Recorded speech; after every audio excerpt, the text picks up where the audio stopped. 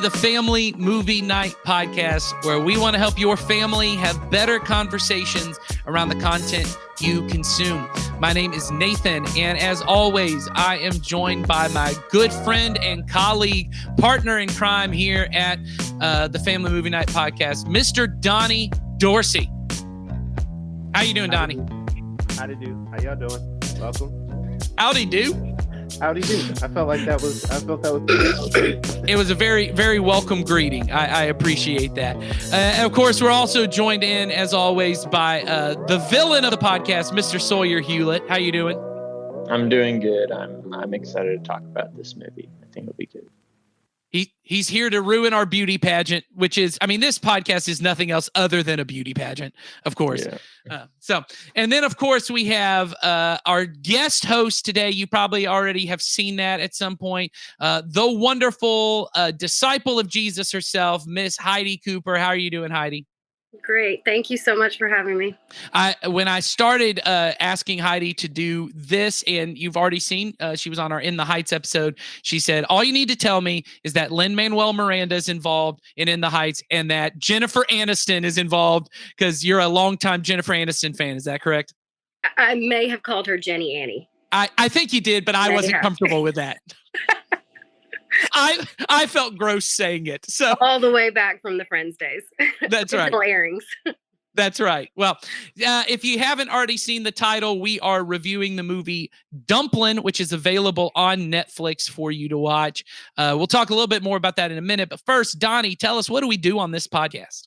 Yeah, so on this podcast, we encourage every family at Community Christian Church to have a monthly movie night to help you and your children build memories, start conversations that matter. And the goal of our family ministry is to help you raise your children to love Jesus and his way of life above all other things. And we know that critical to that is for you to have routine, regular times of connection and shared experiences that help you build stronger relationships. And movie nights are a great opportunity to do that, because movies not only are an easy way to share laughter, enjoy together, and even some more complicated emotions like grief and sadness in a safe environment, but they also give us a chance to talk about what matters most to us in a way that's actually meaningful and memorable to our kids. It's not just some lecture. They have some fun to enjoy with it. On this podcast, we not only recommend movies you could watch as your monthly family movie night, but also give you some ideas of meaningful conversations you could have with your children during or after the movie. And today we're talking about the movie Dumplin, as I already mentioned. This is a PG-13 movie. And I will say, just like In the Heights, there are probably some conversations in this movie that if you've got young grade school age kids, you may not be ready for. I'll just say there are characters in the film that are drag queens and part of a drag show. If you're not ready to have that conversation with your young kids, this may not be the movie to watch. That's okay. We got lots of other movies you can watch. But just want to give you a heads up, because we are trying not to put you in any awkward, uncomfortable scenarios. So this may not be the movie for your family. That's okay. But we'll talk more about that in a minute. Before we get to that, Sawyer, tell them what else they need to know for this podcast. If you're watching on YouTube, we would love for you to just like and subscribe. If you're watching on Facebook, make sure you give us a follow. And on our Facebook page, actually, if you can go to, we have a parent group. And so if you go to the groups page on just our main Facebook page, there's Community Parents Kids Group. Okay. And if you go there, we have tons of extra content that will help you parent your kids to follow Jesus more closely. And so we'd love to see you over there. And as always, the goal of this podcast is not to add another thing to your list of things as a parent that you feel guilty that you're not doing. Our goal really is to make it easier and more fun for you as a family to be together. And so we think this could be a great chance with this movie here, Dumplin. Especially, I'll say this, if you have teenage girls in the home, I think this would be a great movie to watch if you've got a middle high school age girls in the home. A lot of fun. So we want to give you some good ideas for that. But let's just talk first before we even talk about how to have the conversations. What are our general thoughts about this movie? Is this the first time you watched this movie for this podcast? Let's start with Sawyer. Sawyer, how'd you enjoy this movie? I am definitely not the prime demo for this movie. And so I felt that vibe. That was like the most I was not diplomatic supposed to- answer you could have given. Yeah, right. And so, but I will say there's stuff to like in this movie, even for me. I love a lot of the themes of this movie. Okay, if you got young kids, maybe don't watch it. That being said, the first scene where you're introduced to the drag show is a pretty funny scene, I will say. And also again, like the character of Willoughby is a very good character, and I really liked it. So yeah. Well, good. Heidi, what about you? You were excited to see. I'm going to call her Miss Aniston Yes, from this Miss point Aniston. going forward. Yeah. You were excited to see Miss Aniston. That's appropriate. You're not on the same level as I am with her. So Yeah, I think, not close I think friends. it's right that you, yeah. Oh, thank you. No, yeah, I was super excited to see her, and I no matter what role she plays in this one, she kind of is the antagonist, and so I was. She's perfect. She's perfect at it. She does such a good job of just being a real pain. Yeah. Well, and for people who don't know, I realized I didn't tell what the movie's about. The movie, I'll just read the IMDb plot description. Willa Dean, also known as Dumplin, that's the nickname her mom, which is Jennifer Aniston in the film, has for her, is a plus-size teenage daughter of a former beauty queen. So that's Jennifer Aniston. She signs up for her mom's Miss Teen Blue Bonnet pageant as a protest that escalates when other contestants follow her footsteps, revolutionizing the pageant and their small Texas town. So I'll say I thought this movie was a lot of fun. It's very funny. I think Jennifer Aniston is the perfect person to cast. One, I don't think the movie would have gotten picked up if not someone at her star level. It's just the state of where we're at in Hollywood. Not that I'm in Hollywood. I don't know why I said we're at in Hollywood, but where Hollywood is at the moment, they're not going to greenlight something like this without a big star. But Jennifer Aniston is probably the woman that at least women who grew up in the 80s, 90s looked to and either loved and admired for how just kind of, I'll just say stereotypically beautiful she is. I mean, just people or you absolutely hated and were jealous of because you thought, oh, she is just the kind of glamorous version of beauty. And so to cast her as the mother of this plus size daughter who has a lot of body image and insecurity issues, that already just the audience is already on that level because we're already like, ugh. How does anyone compete with Jennifer Aniston? I, as a dude, am like, how can I compete with Jennifer Aniston? So I thought the movie just Heidi said that you couldn't hear her, but I can't. So okay, Donnie, what did you think of the movie? Just enjoyment level. I mean, I think overall, like it's kind of cool to see Jennifer Aniston in this type of role because she's always kind of been the nice fan favorite, so to speak, and to see her take on this role was very good change. And I thought the dynamic between her and her daughter created a very good story to help, like, basically carry the story throughout because there were moments that they do such a good job of reminding you of why they feel the way they do, like especially Willa Dean with her feelings toward her mother, and you see that dynamic like slowly unravel. And so I thought it was a good movie. I think they did a good job with it. Well, and I think what the movie really does a good job of, and this is what we'll get into. One, Danielle McDonald, who plays Willa Dean, is just charismatic as all get out. I mean, just she drives the whole movie. I believe this is her first starring role, and that already is just a lot of pressure to put on a young actress. But she just carries the whole movie and is likable, even when the character isn't likable. You're rooting for her. You want her to win and to succeed and to figure it out. And anyway, so I think we're saying the movie's enjoyable, especially I think if you got teen daughters, because this movie really talks about our society's obsession with external beauty standards, which I think we can just all go out and say not everyone is going to meet. And I think what this movie gets to, which I think is great, is that they shouldn't even be standards in the first place. Like the idea that it's kind of arbitrary. We all pick Jennifer Aniston's body type as that is what beauty is. And everyone is just varying shades of Jennifer Aniston. Like you're either getting close or you're not at all. Like that all body types, every person has value and is beautiful regardless of whether they fit some kind of standard that what we know is culturally and historically has not always been the standard.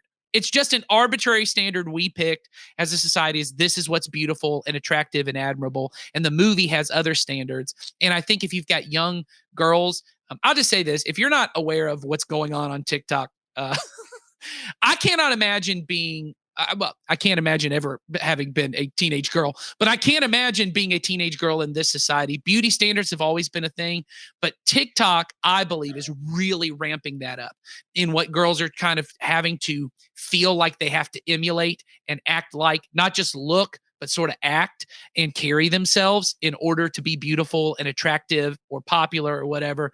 I've got 4 girls all soon. I mean, in the next 5 to 10 years, going to be in middle and high school. And I think this movie does a good job of really kind of combating some of those issues. So let's get right into that. The central theme of this movie is body image.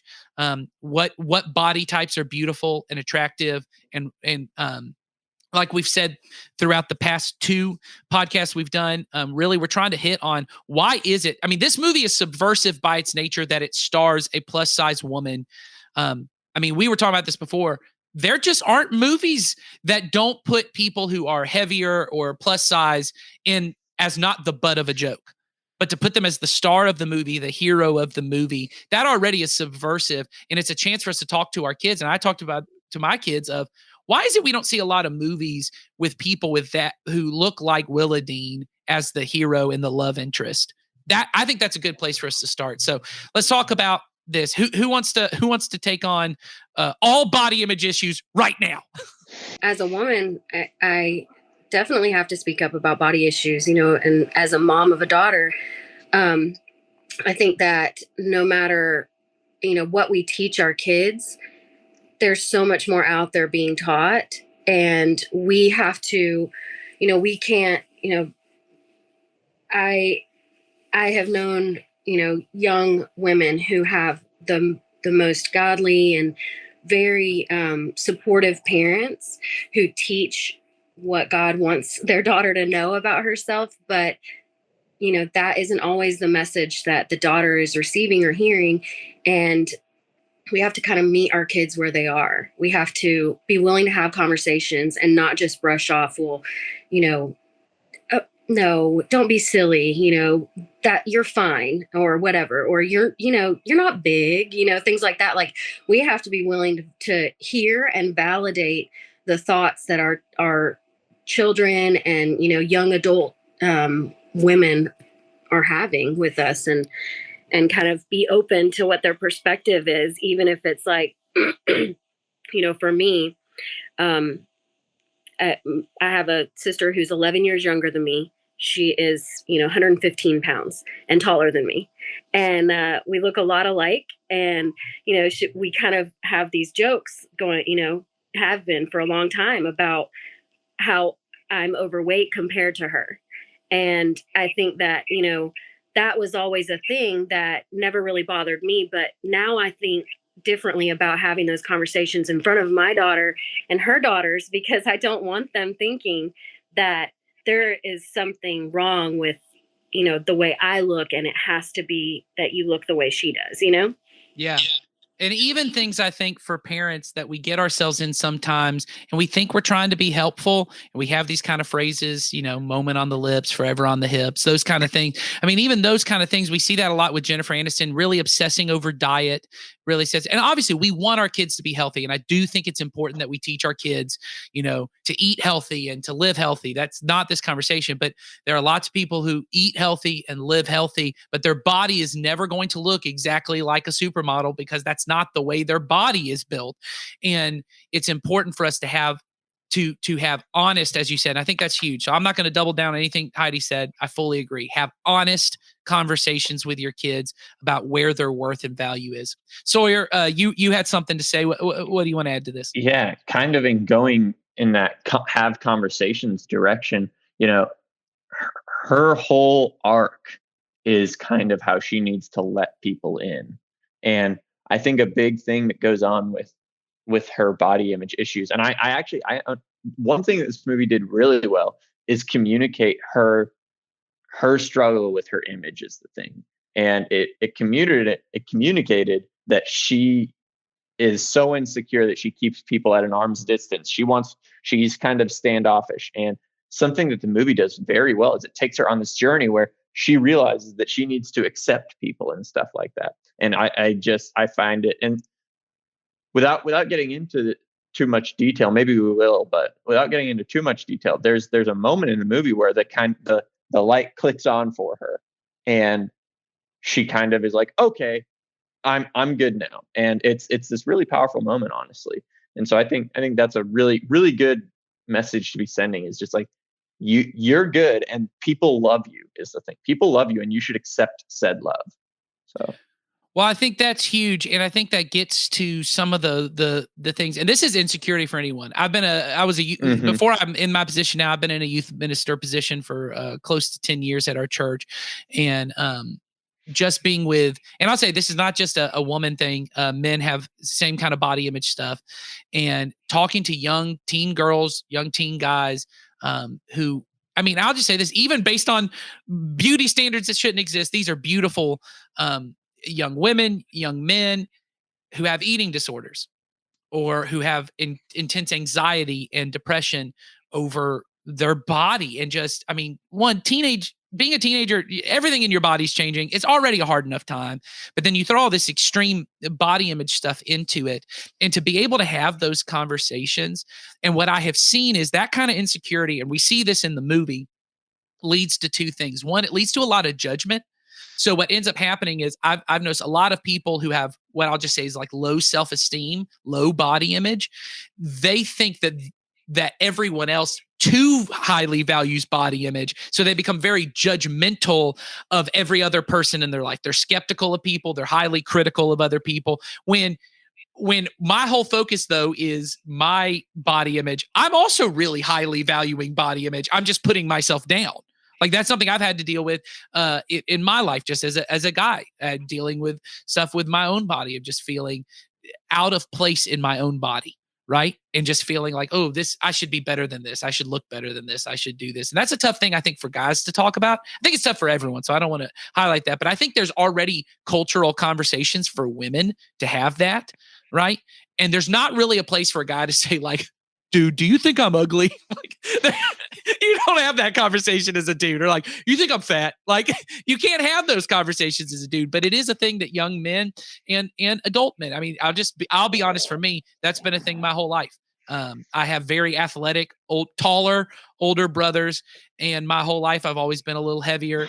I've been on and off diets my whole life, and it's always been a thing. And there's really not a place for guys to talk about that. So even though I think this movie is really targeted towards young women and, well, women of all ages, I guess, but I think it's helpful for your teen girls. I think these conversations matter with your boys too, of to say, you offer more to the world than just your body. But also, like Heidi said, I think this is true, is it's biblical that God gave you a body. So you have to learn how to be able to say, hey, God gave me this, so I need to care for it properly.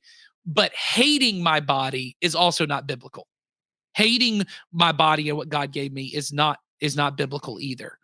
So, well, something you touched on, Nathan, with the insecurities of beautiful young people that you have interacted with, and I think there's not you don't want to miss the fact that, like, when you think of like a stage of like where bullying happens the most, we think about teenagers. And then when you think about the stage where most human beings are the most insecure in themselves and their body is going through all kinds of crazy stuff, those correlate, And so it's like, if we're having conversations with our kids before, throughout, and even after that, then we can kind of reframe the conversations that they're having, where they're just saying like, yeah, I mean, I know that I don't see what God sees when I look at me. I hope I do. I hope to get more in line with that. But I also want to always look at other people the way that God would want me to see it, the way that God does see them, and communicate that kind of, observation to them. Not, you have this minor thing that, you have a freckle in the wrong place, or, your hair is too thin or too thick or whatever, that we tend to, in that stage of life, especially, kind of rip ourselves and each other apart in. Yeah. Well, let's talk a little bit about how to have these conversations. Donnie, you have 2 kids. You have a young daughter and also a young son. Are you and your wife having any of these kind of conversations with your kids? What is that like? Definitely a lot of conversations about understanding their value being more than just what they can do and like what they appear like. Because I think it's a conversation that a lot of parents have difficulty having, myself included, just because you don't know what their thoughts are of themselves. So you're making perceptions based on maybe something they've said, or, certain things like, they might be like, hey, I see this person on television. I'd love to be them. It's like, is it because you're just enamored by what they can do, or is it how they look? Because I thought was very cool is that I think the most resonating thing for my daughter especially has been she's been watching a show called like Abby's Dollhouse, and she looks very similar to this girl in this show, like almost identical. And the way that she connects with that and sees value in herself just for feeling like she fits in and belongs is such a big conversation to have. And I Yeah. think that's something that this movie captures, is that understanding that your value is not in just the way you look, it's in what you bring to the table, you know. Well, So and I think what you're hitting on there, Donnie, that's huge is this, and you brought this up earlier, but this aunt character that you only really meet her because she's already passed away by the time the movie begins, but you only really hear her in terms of how other people talk about her. And she and Jennifer Aniston's character is sisters with this character. Oh, I cannot remember the character's name. I'm terrible with characters. Lucy. Yeah. Lucy, thank you. Lucy and her are sisters, and they both were heavy as children. They were plus size as children. I don't know if you call children plus size or not, but they both struggled with weight as a young age. And she talked about how Jennifer Aniston's character lost a lot of weight in either middle school or high school, and goes on to do this beauty pageant. And you find out at one point that Lucy also wanted to do the beauty pageant, but she held herself back. But in the end, it wasn't what she looked like that everyone remembered. It was how she treated people and the way she made other people feel about themselves that mattered most, which we know is a biblical thing. It's what you do for others in the name of Jesus that matters most. Donnie, you had some ideas about that. You want to talk about that? Yeah, I mean, like it's such a big part of it because Lucy represents the type of person you kind of strive in a certain way, not with the insecurities, because we all have insecurities, but in the sense of how she treated people.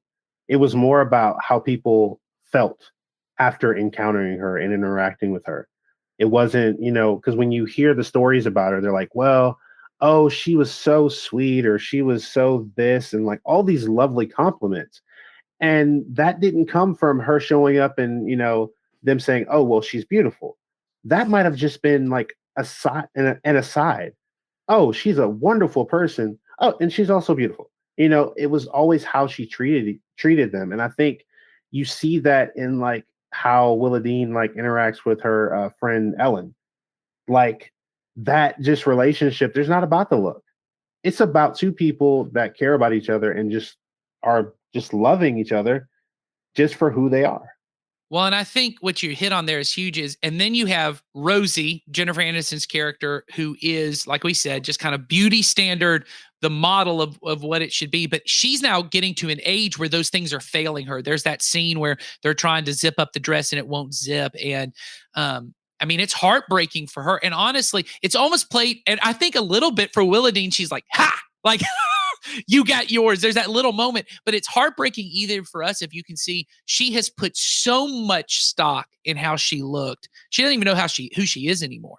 Mm-hmm. And that happens to so many of us that eventually, no matter how externally beautiful, we talked about this in the last podcast, eventually your body is not going to look like that no matter how much work you put in, because aging just naturally does that. We don't have a lot of beauty standards. We probably should of trying to help people understand being beautiful in old age and how that works. But she now doesn't know how to deal with that.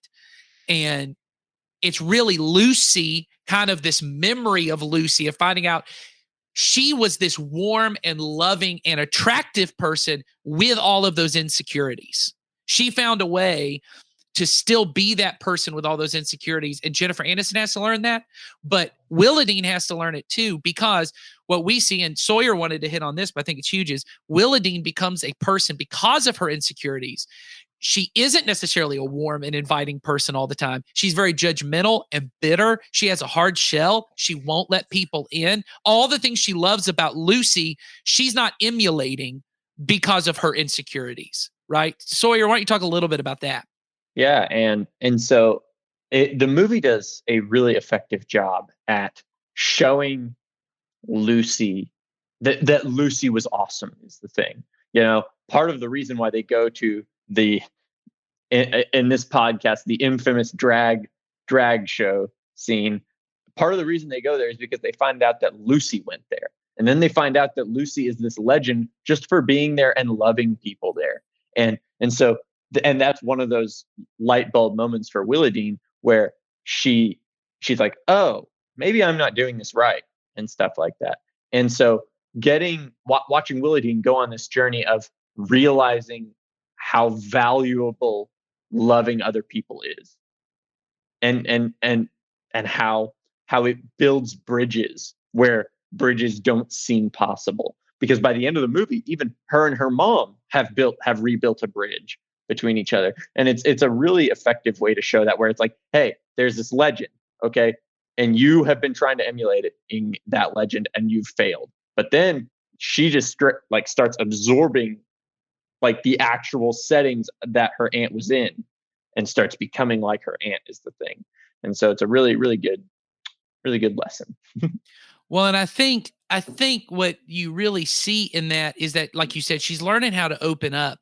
And that I think this is a conversation around body image and insecurity and all those things to talk to our kids about. Is and I'm not saying we shouldn't try and be like active and like trying to get all body types on screen and all body. I'm not even saying that, but we as parents can't wait until that day comes where every body is beautiful to have these conversations, because what ultimately we have to do is, and I've had these conversations with my kids before too, because even at this young age, just as girls, they're already jealous. I mean, every woman I know who has straight hair wishes she had curly hair. Every woman I know who has curly hair wishes she had, like, it's whatever I've got, I don't want. I wish I had something else. And the conversation I regularly have with my kids is, you can hate your body if you want to. That's a choice you can make. But you cannot love other people effectively from a basis of hate. Hate never leads to love. And so if you're spending all your time saying, God, I'm mad at you because you didn't make me the way I think I should be, you didn't give me the body or the image that I feel like I should have, you can hate yourself and hate your body, but God did give you this body. This is where you're at. And if you're going to love other people, Jesus says you love your neighbor as you love yourself. That you love comes from a basis of love. So you have to accept God's love to you so that you can love others. Nobody fully loves everyone. And because love means I want what's best for you, unless they're receiving that from God. We can love people in small doses here and there, but real love comes from God. And so I have to let that come to me first and accept God's love for me. And that doesn't just include my insides. That's my body too. That's God. Jesus said, I want you to love me with your heart, soul, mind, and strength. And by strength, he is talking about our bodies, who we are. And so I think that part is, and that's the only way I can really open up and love other people. So it really is a choice. And I can't let the culture determine for me what's beautiful. I have to find what's beautiful and powerful about my own body. So I think Sawyer kind of touched on it, but there's this huge character who is never actually alive in the movie. And the thing that, her aunt did that then she begins to do in her own circle is that she looked for the unique value and worth in each person. And that is that's exactly how her aunt lived.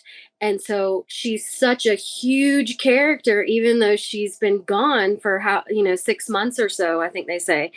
And essentially it's like everyone, all of the different characters in the movie, big and small, are impacted by the way she lived her life, and after she's gone, she's still impacting these people, connecting these people. And then you see her niece, who goes from being somebody who is, I think one of you guys mentioned it, like more judgmental herself than most, of the people that she's friends with. And she comes full circle and becomes, for her group of friends, what her Aunt Lucy was for her group of friends, for Lucy's group of friends. And so I think that's really cool, the way they develop that. Well, and I think that's the idea that really we would love for our kids to be able to get, is that God calls us to love everyone always. And it's people who look like us, people who act like us, and people who don't. And that if I am so ashamed and hateful of who I am and the way I'm made, I will be so focused on myself that I can't look for people who look different than me, and I can't move towards that. There's this idea in our culture right now, it's really huge, of xenophobia, which is to be afraid of the other, to be afraid of the stranger, right? People who are from different countries or who look different from me, and it leads us often to hate people who are different than us.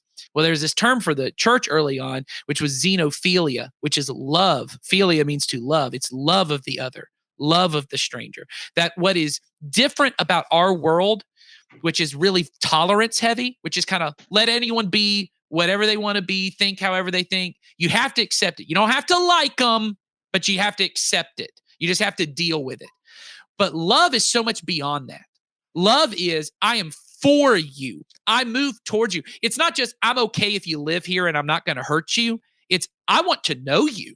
I want to know what's special about you. I want to know the unique way God made you to be of value in this world. And you have value to me. And I'm going to move towards you because you're different from me, because I want to move towards the stranger. I want to move towards it. That's a different thing than tolerance. Tolerance is, I may despise you, but I just can't do anything about it. I can't say anything about it. I can't hurt you. I can't do any of that. Love requires that I move towards you. And I think we see that in this movie, and we get a chance as parents to really move the conversation deeper than that. And we get to say, okay, this movie's saying you should have confidence or you should love people because of these bases, kind of intolerance and loving yourself and self-care, which are not necessarily bad things. But our motivation to do everything is because of Jesus. And Jesus moved towards people who were different than him because everybody was different than him. It was his only choice. He had to be near sinners and tax collectors because everyone was a sinner. That's just the nature of it. And he chose to move towards us and to love us and to be for us, not just tolerate us. He brought us in, he welcomed us, and he helps us to be better. It doesn't mean he leaves us where we're at. He's going to move us to be better than we are. And sometimes that requires seeing things about us that aren't right and hearing truth about ourselves that we don't want to hear, but it's always done in love. And I think this movie does a great job doing that we can help our kids see the kingdom value, which is to love everyone, not just tolerate everyone. And we are one of the everyones we have to love. So, I think that's it for this discussion today. We are very thankful to have everybody on. Like I said, this will be a great movie for your teens and your family. We hope you guys enjoy it, and we'll see you next time as we continue to learn how to teach our children how to love Jesus and his way of life even more.